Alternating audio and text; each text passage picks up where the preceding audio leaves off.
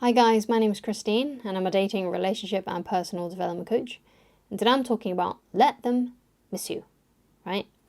So the reason why it's important to let them miss you, whether it's a ex or whether it's someone that may have rejected you like a crush, the only way that you can really have any chance perhaps of reattracting them into your life is to let them miss you.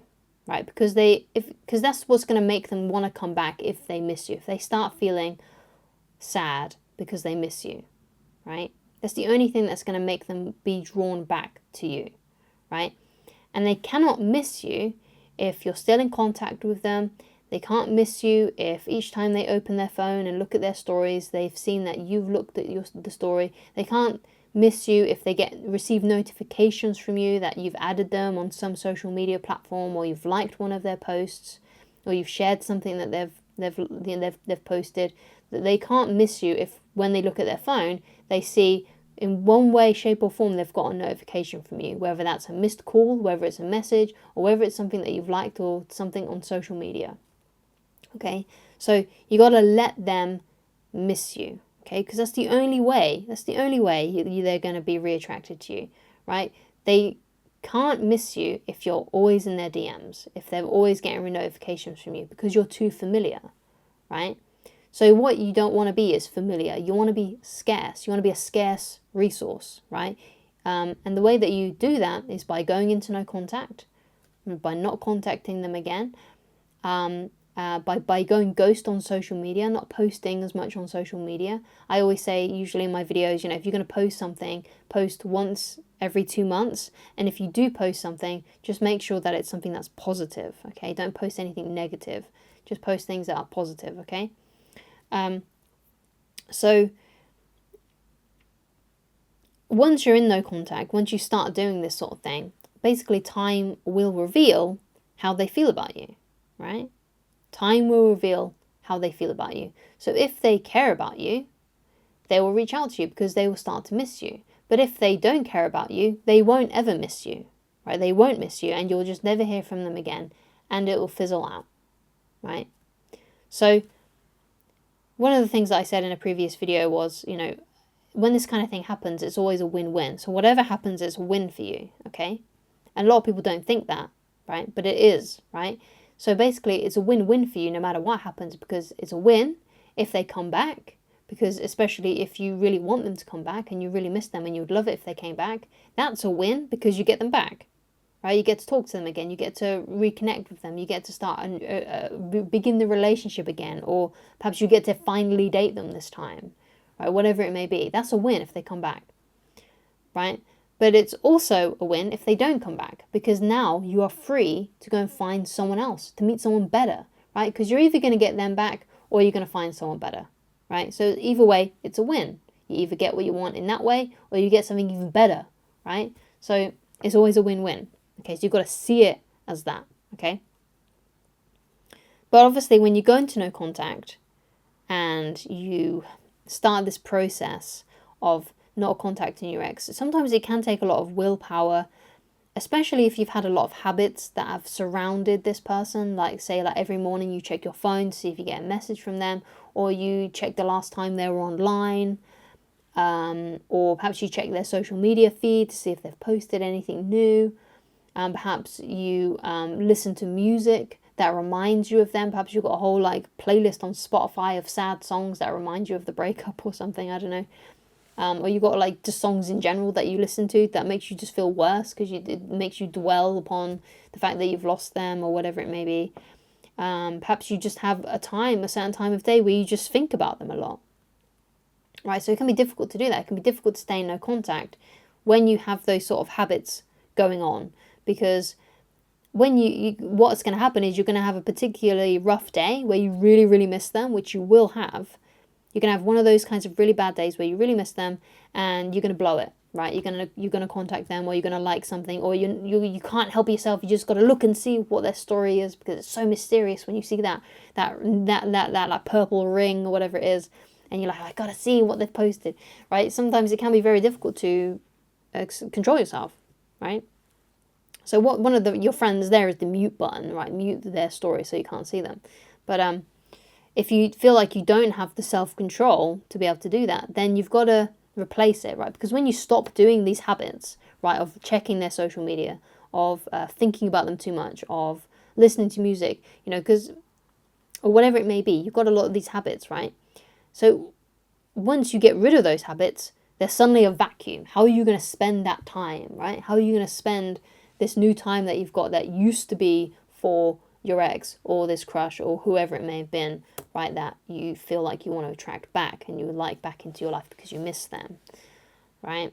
So you've got to fill that time with something new, something exciting, something that you would like to do, right? Personally, I would do something that is good for you. I wouldn't recommend, spending too much time playing video games, because that was something that I used to do, right? I used to spend a lot of my time playing video games. I'm actually a big geek, right? Love Pokemon, love Zelda, love like farming simulation games, I love that kind of stuff, right? So what happens is you need to find, but those things weren't good for me, right? Those things are not good for me. Because, just a quick little tangent. So when I played video games, the reason why I did play video games was because they used to be a coping mechanism I used as a kid. Because at some points in my childhood, I didn't feel very safe, okay? So to make myself feel safe, I would put on headphones and I would play video games, right? And that's something that I carried on doing for a long time, especially in my teenage years, right? Because even though then at that point I was safer, I still would do those things because it was just a coping mechanism. So when I felt even just a bit stressed, I would go and play video games, So I wasn't necessarily in any danger anymore, but I would still do that kind of thing. So it was a coping mechanism.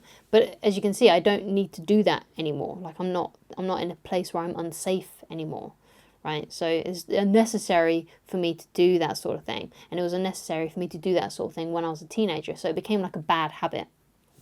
Okay. So what you got to realize is that you don't want to do things that are not actually really that good for you. And sitting down, playing video games all day is not really that good for you, right? It's not that good for you. Unless perhaps it's something that you do because it's your career. Like let's say you're an esports player or you're a Twitch streamer. Maybe that's something that you do. It's a way that you earn money, basically. Then, of course, you need to do those things. But if you're using it as an escape, then probably not the best idea, okay? Do something productive first and then reward yourself with a couple of hours of playing video games. Don't make it the other way around, okay? Where you're, spending most of your time playing video games and then you kind of cram in something at the end of your day. So take action on things that are good for you, right? Start doing things that are good for you. Now, if you can't help but play video games or you have some other kind of habit that you know is not good for you, then one of the things that changed my life around when I was playing video games was whenever I played a video game, I said to myself, look, okay, whenever I play a video game, I'm going to listen to a self-help audiobook, right? I'm going to turn down the volume of the music of the game and I'm going to play an audiobook while I'm playing video games. So if I am playing video games, I have to listen to something positive, something educational that's actually going to improve myself. Okay, so maybe you want to start with that because that's what I personally did. And then because I started learning so much positive stuff on self-help, coaching things, that's how one of the main reasons I became a life coach. Right, I started coaching about dating, relationships, personal development, because I learned so much about that kind of stuff while I was playing video games that I started to it's good when you pour a lot of good things into here, eventually it starts pouring out of you. Okay, so that's something that may benefit you. Okay, if you can't, maybe you've got you can't help but play video games or something like that, like you can't get out of that habit. But again, that's something that you may need to speak to a therapist about if you really can't get out of it, okay? And it's being more destructive than helpful. But if you are going to play a video game, try and listen to an audiobook. Try and listen to something educational, okay? It may help you. I have a positive resources playlist that you'll be able to find in this channel. And some of the things in there are things that I listen to over the years. Some of those, I add to it all the time, so some of those things are new as well. But you'll be able to find that on my channel in the playlists, okay? But what I used to listen to a lot was anything by Dr. Wayne Dyer, Jim Rohn, and that's spelled Jimrohn, Jim Rohn. Brian Tracy, that's another one I used to listen to a lot. Things like that, okay? Just to give you a few examples. So distract yourself. Find something that you can productively do, right? Find, perhaps it's a project, that you would really like to do, or a new skill that you'd really like to learn, or perhaps it's a health and fitness thing. So, you get health and fitness, or get a gym membership, or work out at home or something. Just fill that time with something productive, preferably something that is good for you, okay? And the last thing that I want to discuss is give yourself time. Give yourself time to heal, right? We all need time to heal over certain things, especially breakups, and when you've got rejected and it really hurt your self-esteem. You are going to have better days than others. So just give yourself time, okay? Be kind to yourself. Do things that are good for you, that's going to uplift you, not make you feel bad about yourself like you've wasted the day, okay? Try and avoid to waste the day, because you really don't feel good on those days. I don't feel good on those days where I feel like I've wasted the whole day. It makes me feel really anxious.